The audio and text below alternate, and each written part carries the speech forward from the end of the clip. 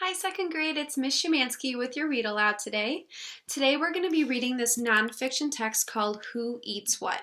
Food Chains and Food Webs. And if you don't know what a food chain or food web is, that's okay. We're going to learn all about it today. And today we're also going to be finding connections between ideas or events or cause and effect. So show me a silent thumbs up if you remember learning about cause and effect already. You should be, because we learned about it last week with Miss Yak in her video, and we learned about it in second grade a little bit already, so it should sound kind of familiar. Just a reminder, cause and effect is when one event causes another event to happen. So one example of this that we've talked about in school is when you have a hot ice cream cone outside, and the hot weather would cause the ice cream to melt, right, over a long period of time. So the effect is that the ice cream would melt, and the cause would be from the hot weather. So we're going to be finding some more examples of that in our book today. So let's jump right in.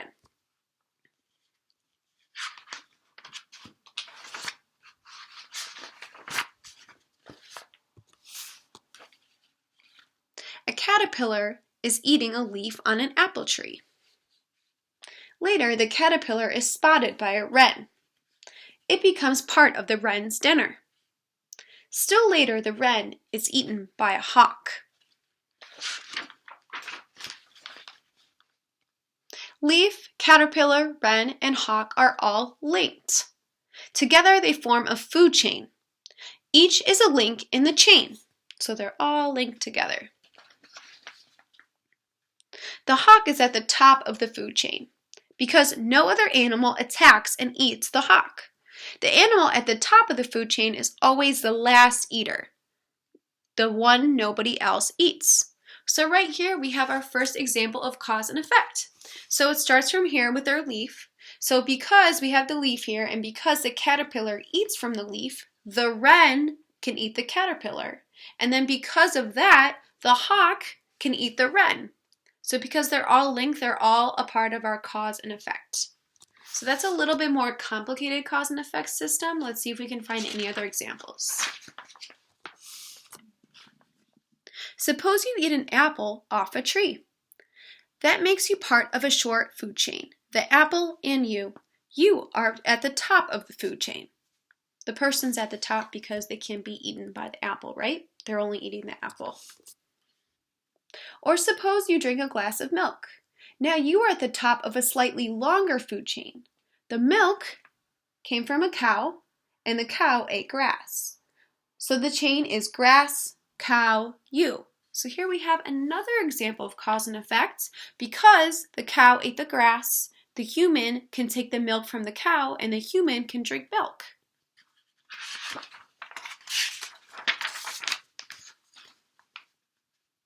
Every time you eat a meal, you become the top of several food chains. You can draw a picture to show them.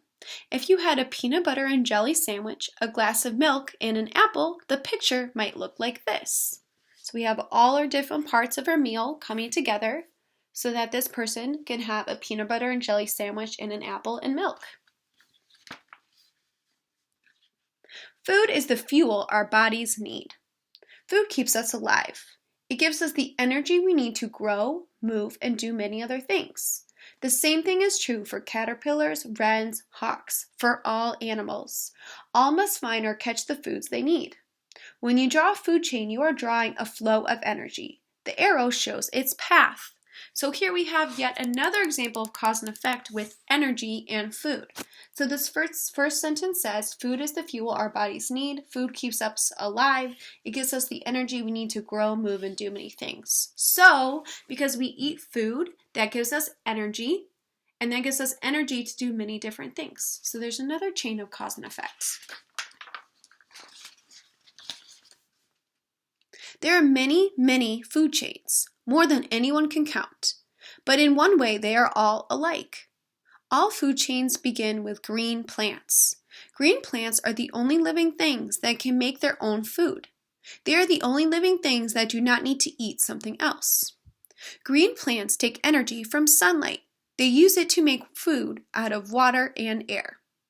All animals depend on green plants for food, even animals that don't eat plants. So, friends, did anyone catch the other example of cause and effect on this page? Let's see. Let me read this sentence one more time and see if you guys can figure it out. So it says, green plants take energy from sunlight. They use it to make food out of water and air. Think. How is that a part of cause and effect?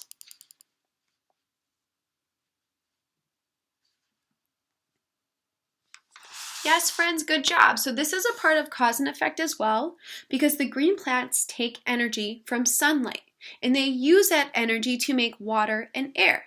So because they can make the water and air, they are able to do that from having energy from sunlight. Good job, friends. Let's keep going. Hawks, for example, do not eat green plants, but the hawk ate the wren that ate the caterpillar that ate the leaf of a green plant.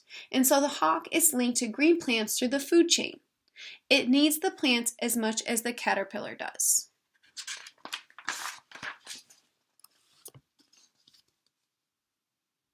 Take a walk and look around you.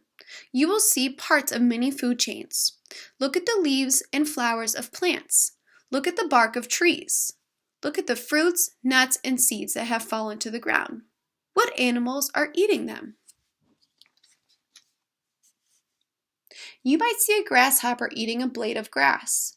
You may not see another animal eat the grasshopper, but you can find out which animals eat grasshoppers by going to the library.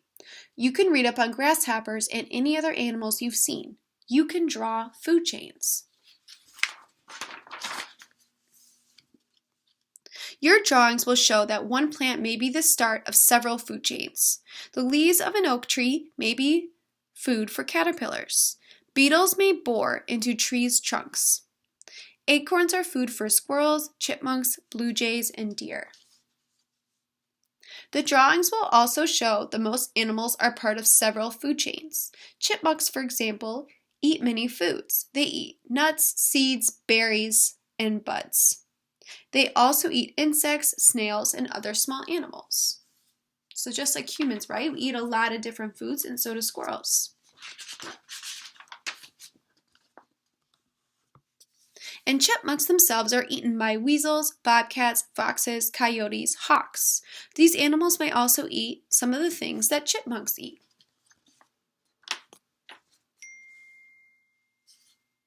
Try drawing some of these food chains on one page.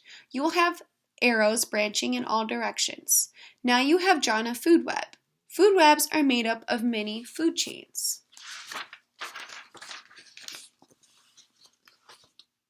On land, most food chains are short, but scientists still have much to learn about them.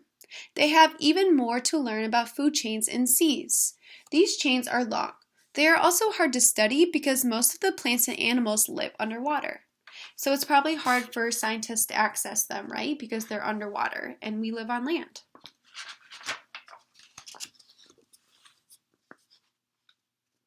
In the water, as on land, food chains begin with green plants. Some of the plants are tiny. You need a microscope to see them. Some are bigger. The green plants are food for many tiny creatures, which become food for bigger creatures. Small food are eaten by bigger fish, which are eaten by still bigger fish, which are eaten by even bigger fish. Yet another example of cause and effect, right?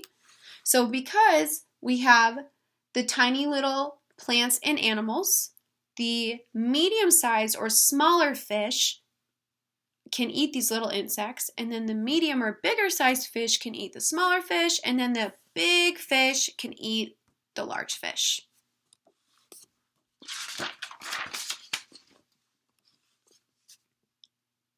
The biggest, such as tuna, are at the tops of the food chains, unless they are caught by humans.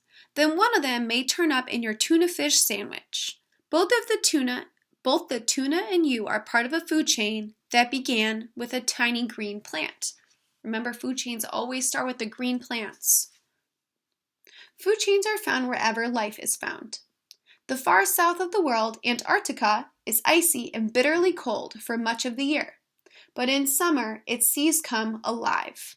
The water is rich with tiny green plants. They are fed on by tiny animals, and these are fed on by small animals such as krill, which look like shrimp.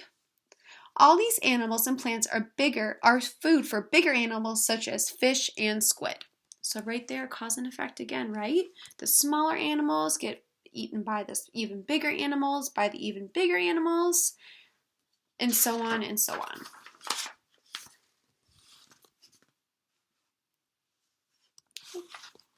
Dark. Many other animals come to feast in these waters. There are seals, whales, and dolphins. There are many seabirds, among them penguins.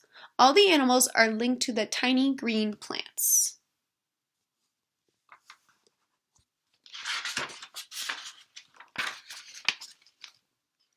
This drawing shows a web of food chains at the far south of the world. The arrows show who eats what. Follow the arrows and find animals that feed on krill. One of them is the blue whale, the biggest animal on Earth. Find the animals that eat krill. Humans often make changes in food chains and webs. Then they find that one changes causes other changes. Just like cause and effect, guys. That is what happened when hunters killed nearly all the Pacific sea otters. All over the world, green plants and animals are linked in food chains that branch into food webs. A change in one link is felt up and down that chain. It is felt through the whole web. That's one good reason to take care of the earth, to take care of its plants and animals. When we help them, we also help ourselves. We too are part of many food webs.